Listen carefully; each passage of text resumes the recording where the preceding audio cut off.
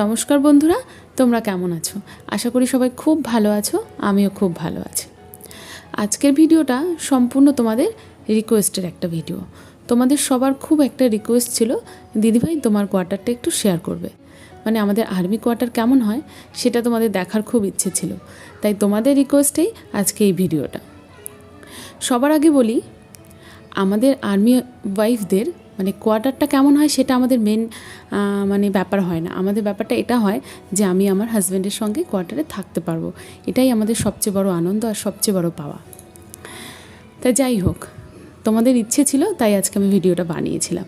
দেখো, গেট দিয়ে ঢুকেই সবার প্রথমে একটা রুম পাওয়া যায়, মানে একটা রুম আছে।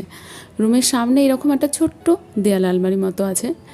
যেহেতু আগেই বলেছিলাম আমি ঘর সাজাতে খুব ভালোবাসি, আর ছোট ছোট ঘর সাজানোর জিনিস কিন্তু আমি খুব ভালোবাসি, তাই সেই কারণে আমার ঘরে অনেক ছোট ছোট জিনিস তোমরা দেখতে পাবে।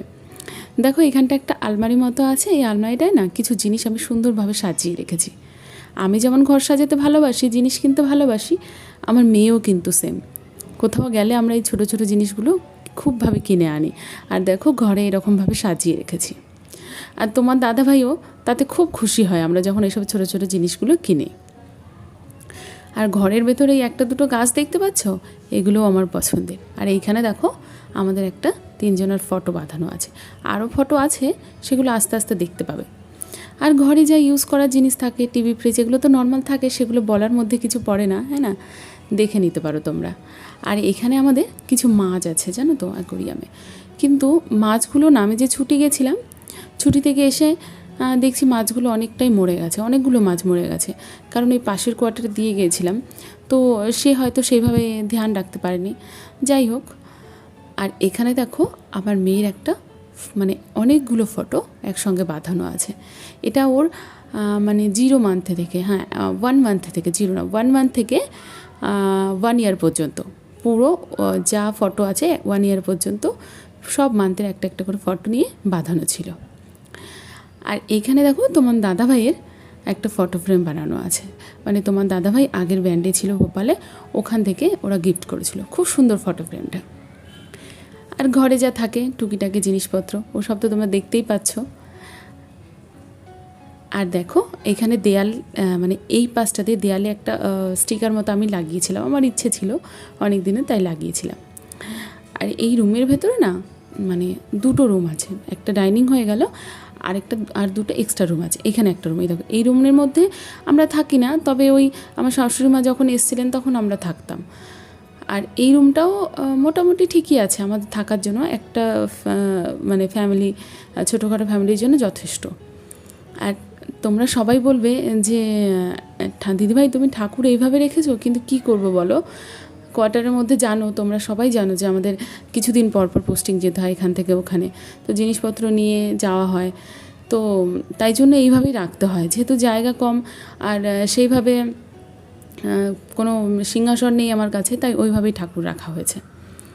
তো ওইভাবেই আমরা পুজো করি, দেখতেই পেলে। আর এখানে আছে বাথরুম, পায়খানা, আর এখানে আছে আরেকটা রুম। এই রুমটা তোমরা অনেকেই দেখেছো, এই রুমে মাঝে মাঝে বসে লাইভে জয়েন হই, বাট অনেক ভিডিও দেখতে পাবে এই রুমে। আর ওখানে দেখো ওপরটাতে, ওখানে তোমার দাদাভাইয়ের আর আমার কিছু ফটো বাঁধানো আছে। আর ওখানে আছে একটা রাধাকৃষ্ণের ফটো। যেহেতু এটা আমাদের বেডরুম, তাই রাধাকৃষ্ণের ফটোটা রেখেছি। আর দেখো এই রুমের মধ্যে না, মানে এই রুমের আলোটা একটু কম আছে, ওই জন্য হয়তো মানে সেইভাবে জানি না কতটা ক্লিয়ার আসছে। যতটা আসছে প্লিজ তোমরা অ্যাডজাস্ট করে নিও। আর এইখানে রাখা আছে আমার আমলকি। সবাই তোমরা আমাকে বলো দিদিভাই তুমি খুব আমলকি খাও, তাই আগেই দেখিয়ে দিলাম। আমলকিটা আমার মাথার কাছেই রাখি আমি সত্যিই খুব আমলকি খেতে পছন্দ করি। আর বাড়িতে যেইভাবে রুম আছে সেইভাবে তো এখানে পাওয়া সম্ভব নয়, তবে যেইভাবে আছে আমরা অ্যাডজাস্ট করে খুব ভালোই আছি। আর এখানে দেখো একটা আলমারি আছে কাঠের, এই আলমারিতেই জামা কাপড় রাখা হয়। আর বক্স তো তোমরা জানোই, বক্স তো আমাদের মানে ট্রাঙ্ক যেগুলো বলা হয় বড় বড়, ওই ট্রাঙ্ক তো আমাদের কাছে আছেই, তবে আমার ট্রাঙ্কগুলো সব খাটের নিচেই রাখা আছে। এইখানে একটা ট্রাঙ্ক রাখা আছে, এইটাই হচ্ছে আমার ড্রেসিং টেবিল। বুঝতে পারছো তো, বাড়ির ড্রেসিং টেবিল আর এই ড্রেসিং টেবিলের মধ্যে অনেক পার্থক্য কিন্তু।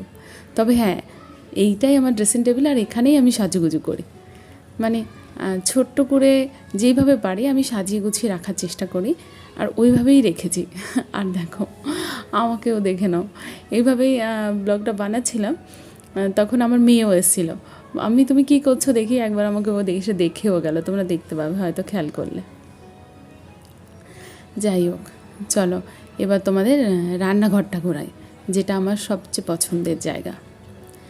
তো ওখানেও আমি তোমাদের সঙ্গে মাঝে মাঝে লাইভে জয়েন হই, অনেক ভিডিও দেখতে পাবে রান্নাঘরে।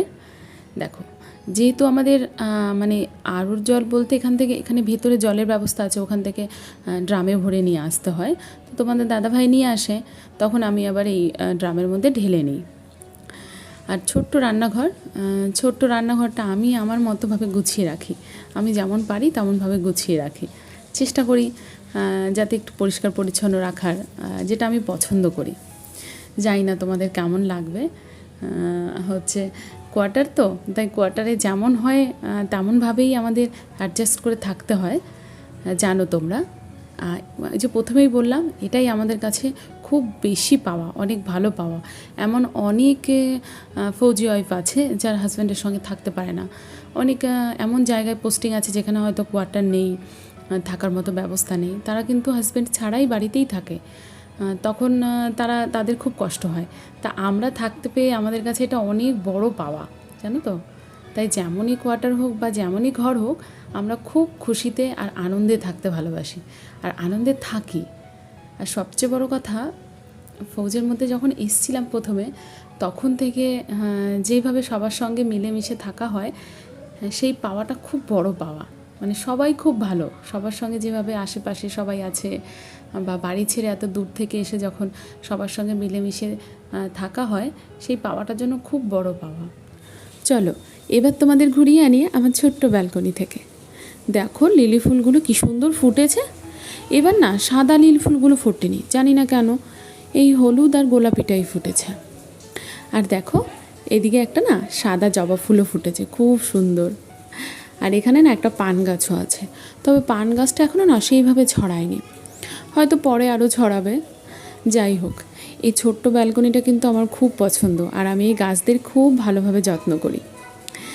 জানি না তোমাদের কেমন লাগলো অবশ্যই কিন্তু কমেন্টে জানাবে। চলো তাহলে আমি আমার ব্লগটা এখানেই শেষ করছি।